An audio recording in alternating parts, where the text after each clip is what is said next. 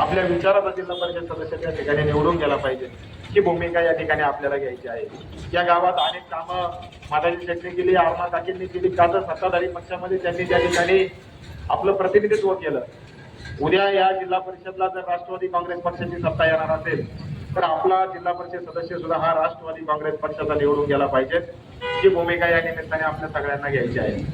खऱ्या अर्थाने गेल्या अनेक वर्षापासून हे गाव म्हणलं तर राष्ट्रवादी काँग्रेस पक्षाचा बालेकिल्ला म्हणून ओळखलं जातं.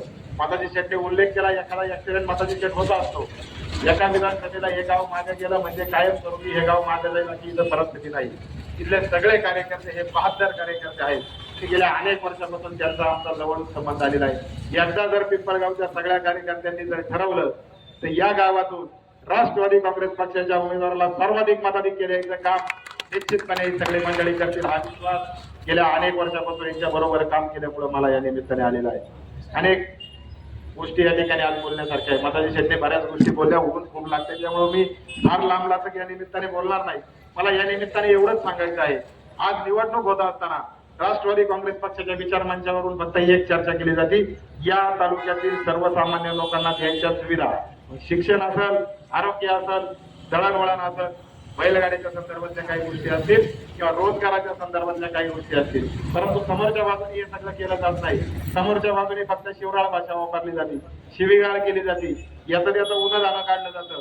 फक्त बदनामी करायची, मग ती संस्थांची बदनामी असो, नेत्याची बदनामी असो, किंवा मग जी विकास कामं चालली असतात त्याच्यावरून बदनामी, थोडं बदनामीचं षडयंत्र त्यांनी रचलेलं आहे. वेगवेगळ्या विचाराची लोक या निमित्ताने एकत्र आल्यात आणि उद्देश एकच आहे, स्वतःचा स्वार्थ या ठिकाणी साध्य करायचा, दुसरा कुठलाही विचार नाही. अख्ख्या राज्यात ठाकरे आणि शिंदे पुढे एकत्र आले नाही, आपल्या तालुक्यातले एकत्र आले. याच्या पाठीमागचा उद्देश हा फक्त आणि फक्त स्वार्थ आहे, कुठलीही विकासाची भूमिका नाही. या पूर्वीच्या काळात कुठल्याही उमेदवारांनी या गावामध्ये या परिसरामध्ये यायची भूमिका घेतली नाही, कुठलं काम नाही, कुठल्या कार्यक्रमाला उपस्थिती नाही, फक्त येऊन जाऊन एवढंच काम. का वळसे पाटील साहेबांवर टीका करायची, वळसे दादांवर टीका करायची, राष्ट्रवादी काँग्रेस पक्षावर टीका करायची.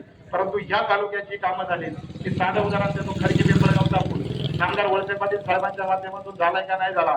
सरपंच काय परिस्थिती झालाय ना, अशा रस्ते झाले, अनेक कामं झाली, हायस्कूल झालं. मी अनेक कामं या ठिकाणी सांगत, परंतु एवढा वेळ नसल्यामुळे मला फक्त एक उदाहरण या ठिकाणी दिलं. पण आपण जर कामं वळसे पाटील साहेबांकडून घेतो, कामं आढळराव दादांकडून घेतो, अपेक्षा त्यांच्याकडून ठेवतो, तर आपल्याला त्यांच्या पाठीमागे भक्कमपणे उभं राहण्याची गरज आहे. काल परवा अजितदादा आपल्यातून गेले. अजितदादा गेल्यानंतर प्रत्येक माता भगिनीच्या डोळ्यामध्ये त्या ठिकाणी पाणी आलं, तुमच्या आमच्या सगळ्यांच्या डोळ्यामध्ये पाणी आलं. आपली भावना अशी तयार झाली का आपला जिल्हा पोरका झाला, आपल्या जिल्ह्याला नेता नाही राहिला. मला सांगा, दिलीपराव वळसे पाटील साहेबांसारखा आणि आढळराव पाटील दादांसारखी ही दोन नेतृत्व ह्या तालुक्याला मिळाली, असे नेतृत्व पुन्हा या तालुक्याला मिळतील का? आणि मग ही नेतृत्व जपायचं काम कोणी करायचं?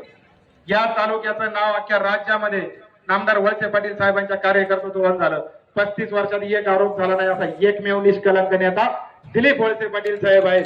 याची आपल्याला या ठिकाणी दादांनी 15 वर्ष संसदेमध्ये आपलं प्रतिनिधित्व केलं, बैलगाड्याचा प्रश्न सोडवला, अनेक प्रश्न सोडवले आणि या आंबेगाव तालुक्याला खासदारकीची काय ताकद असते हे दाखवून दिलं. गेल्या 10 वर्षात तुम्हाला आम्हाला खासदार दिसला नाही. आहे कोणाच्या कार्यक्रमात खासदार दिसतात, पुढे खासदार. आपल्या हक्काचा माणूस आपण ज्या वेळेस गमावला त्यावेळेस आपल्याला काय नुकसान झाले ते आज आपल्याला या ठिकाणी सोसावं लागते. म्हणून विचार करा, मतदान करताना आपण मतदान ज्यांना करणार आहे ती लोक आपल्यासाठी उपलब्ध असणार आहे का, आपल्याला भेटणार आहे का, आपली कामं करणार आहे का, ही सगळी गोष्ट या ठिकाणी आपल्याला लक्षात ठेवायची आहे. ही वेळ या ठिकाणी अटीतटीची आहे. सगळ्यांनी या ठिकाणी एकत्र येऊन या नेतृत्वाच्या विरोधात लढाईची भूमिका घेतली आणि साहेबांचं नेतृत्व संपवायची भाषा ही सगळी मंडळी करत आहे. मला या निमित्ताने सांगायचंय, या तालुक्यासाठी 35 वर्ष स्वतःचा संसार न करता या तालुक्याचा संसार दिलीप वळसे पाटील साहेबांनी आढळराव दादांनी केलाय आणि हा संसार केलाय म्हणून आज आपण गावोगाव बंगले बांधलेत, गाड्या घेतल्यात, चांगले रस्ते झाल्यात, सगळ्या सुविधा झाल्यात आणि या तालुक्याची ओळख राज्यामध्ये निर्माण झाली. ही काही आपोआप झाली नाही किंवा भाषण करून झाली नाही, तर या कामाच्या माध्यमातून झालेली ही ओळख आहे. आणि ही ओळख जर कायम ठेवायची असेल आणि खऱ्या अर्थाने ह्या तालुक्याची विकासगंगा अशीच पुढे न्यायची असेल तर तालुक्यामधून राष्ट्रवादी काँग्रेस पक्षाचे सगळेच्या सगळे उमेदवार आपल्याला विजयी करायचे. काकांसारखा एक निष्कलंक माणूस आपण या ठिकाणी जिल्हा परिषदला उमेदवार म्हणून या ठिकाणी आहे, ज्यांनी अनेक कामं यापूर्वीच्या काळात राष्ट्रवादी काँग्रेस पक्षाच्या माध्यमातून केली आणि